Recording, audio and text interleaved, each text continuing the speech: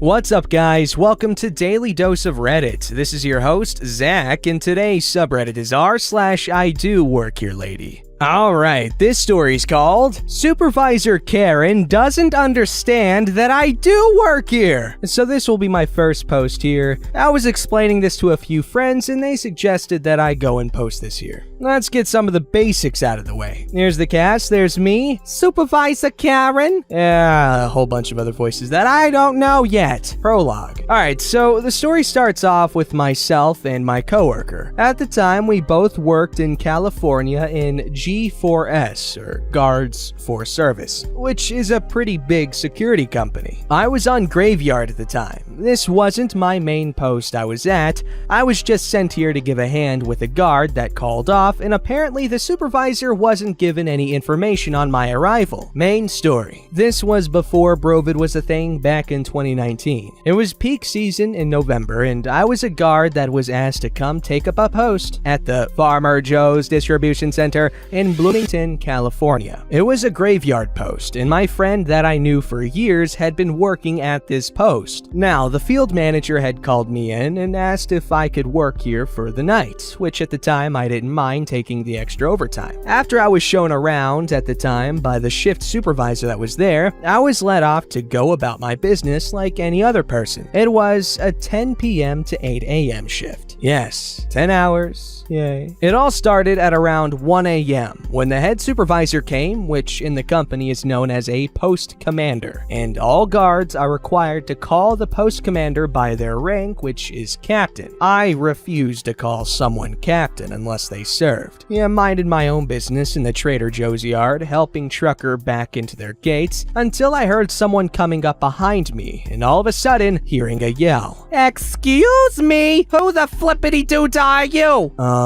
My name is Kyle. Nice to meet you. I was told to come work this shift by another manager. No, I asked for someone specifically. I didn't ask for a fat ass like yourself. Now, at this moment in time, I was getting pissed off because of her general rudeness and questioning in my mind. Someone specific? Well, they sent me, and I'm sorry you didn't get who you wanted, but I'm only here to do a job that the field manager sent me out to do. Well, you can kindly escort yourself off the property for trespassing, as I did not request for you to come to my site, mister. Otherwise, you'll leave me no choice but to call the police. Sorry, but as required by the field manager, I'm to stay at the post until the end of my shift. I was asked to do a job, and I will be doing the job regardless. You can call the police if you want. I'll call the field managers. Now, I was pissed and wanted nothing more from her, but she actually did call the police on me. They showed up roughly 30 minutes later. Police Officer 1 shows up with partner, which is Police Officer 2. What's the commotion all about? Sir, if I may, before I could continue, Karen shouted out to the cops and interrupted me talking. Officers, you need to arrest this man immediately. He threatened to kill me with a knife, and he's trespassing on this property. I give a massive sigh as both the officers were confused because I am clearly wearing a G4S standard issue uniform that has all the patches on the uniform. But because they heard knife, this is what happened. Police Officer 2 pulls out a handgun. On the ground now! Hands behind your back! Police Officer 1 follows by placing handcuffs on me. Now, even though I'm restrained, the second officer still has the gun pointed at me like I'm an active threat with metal cuffs on me. I'm not gonna lie, I nearly crapped myself because I thought I was gonna get shot for no reason. I did indeed have a pocket knife on me, but that was mainly because I had a backpack full of munchies that I used the knife to open the bags with, but it was literally a keychain pocket knife. Police Officer 1 searches my pockets and finds the knife and escorts me back to the vehicles, where I am then placed in the back of the vehicle, still in handcuffs. At this point in time, my friend comes to see what the commotion is all about. Hey officers, what's going on here? Mister is being placed under arrest for possession of a deadly weapon and charged with threatening that woman over there of killing her.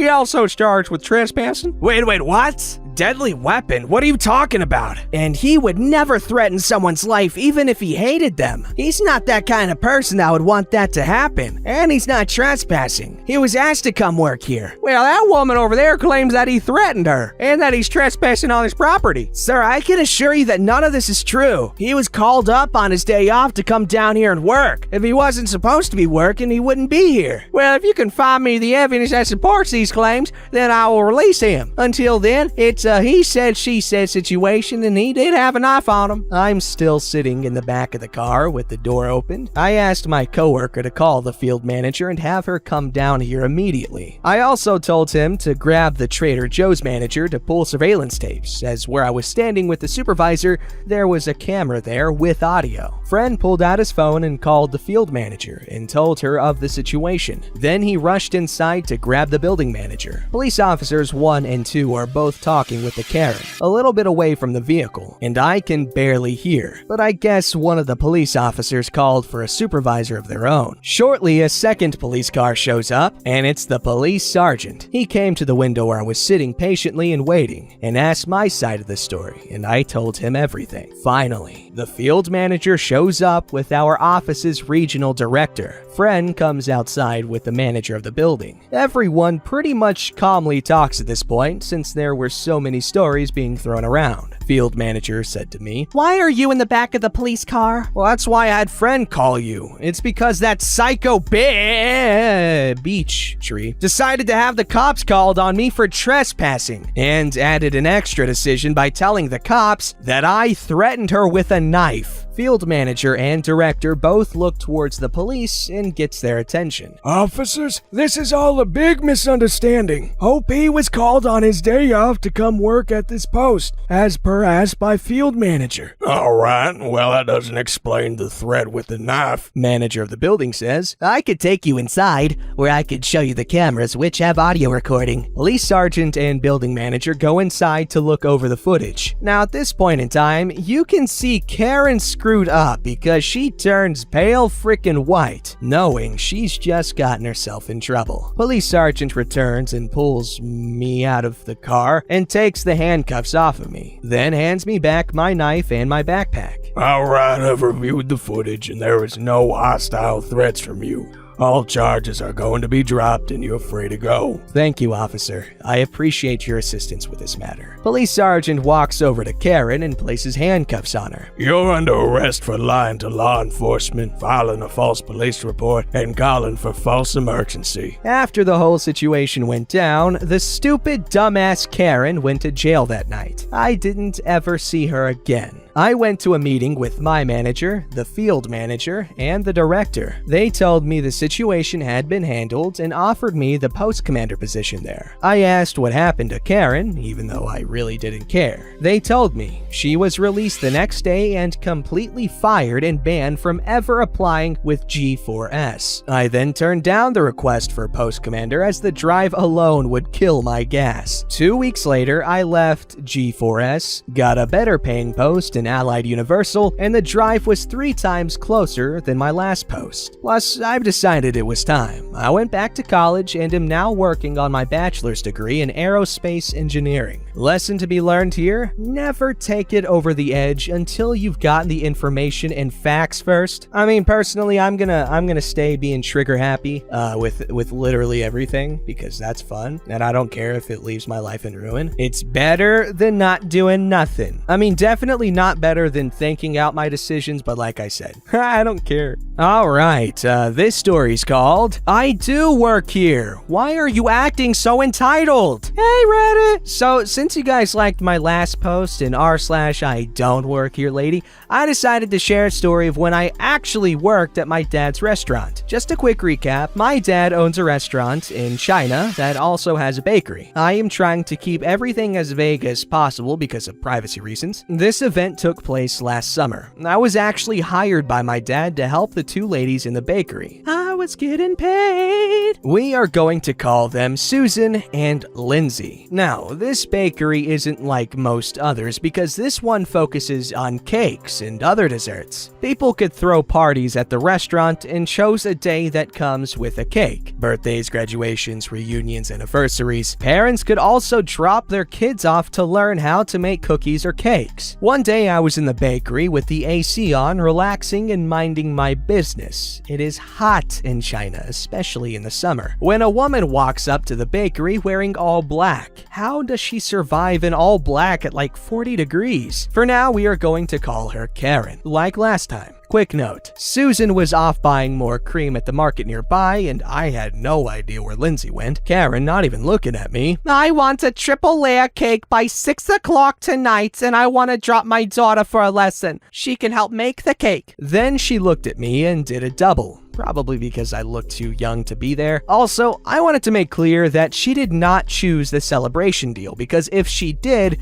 the manager would tell me, and people usually order those a few days in advance. Great, ma'am. That should be around 451 in total. Because she is a customer of the restaurant, she was drinking tea with a huge group of people, she gets a discount for the cake and lessons. You must be lying. I know it doesn't cost that much. I am a paying customer. You probably don't even work here. You only look like you are in high school. Yes, ma'am, I do work here. And because you are a customer, you actually get a discount. This is the lowest price. I know the owner. He said to give me a lower price. Then, the memories of last time hits me. I was angry. Very angry, but I still put on my best customer service smile, hoping that Susan would come back soon. Ma'am, you need some proof that the owner said to give you a discount, and he needs to tell me. No, I don't need to. Who do you think you are? I do not trust you. You are probably here to scam me. Ma'am, calm down.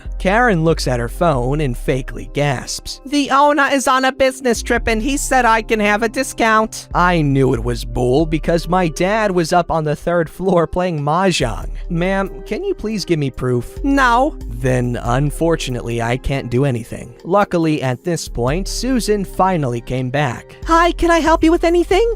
Yes, I want a triple layer cake and my daughter to take a lesson today, but this child is pretending that she works here and has given me an unreasonable price. Ma'am, she does work here, and the total price is around 500 yuan. I didn't even correct her about the price because Karen was being so rude to me. But she said it was 450 yuan. Oh, she must have got confused. It's actually 500 yuan. Susan looked at me with a smirk. Karen grumbles and agrees to pay that much. Her daughter later came and was also very stuck up, but only to me. She acted like she knew everything about baking, but didn't even know what goes into a cake. I don't blame her because she was raised by a pretty crazy person. Honestly, the amount of people who pretend that they know the owner surprises me. Although these two events happened a few years apart. Thank you for reading this long story. Have a nice day. No, you have a nice day. That's a funny story. She tried to, and then she got a big sucker. Alright, this story's called The Professor. It was the first day of a new semester at university. As a student in business administration, that was my major, business administration marketing specialty. One of the new courses had to do with hospitality management, more specifically, restaurant management, and was being taught by a new professor. As is common with the first day of class, especially with new professors, we were asked about whether we had any previous experience on the subject of the class or anything close to it, be it work experience, other courses, etc. During which I stated that I had worked 4 years at a seaside hotel nearby and had gotten to see different parts of the whole managerial process from different points of view. What came next was this conversation in front of the entire class. Oh, you've worked at Hotel X? Yeah, I've worked a bunch of different posts there during summers. How did you feel about working there? I've not heard the best about the higher-up management. Well, I personally had no problem with management. They're family after all, and I know that after so long, people can feel like family.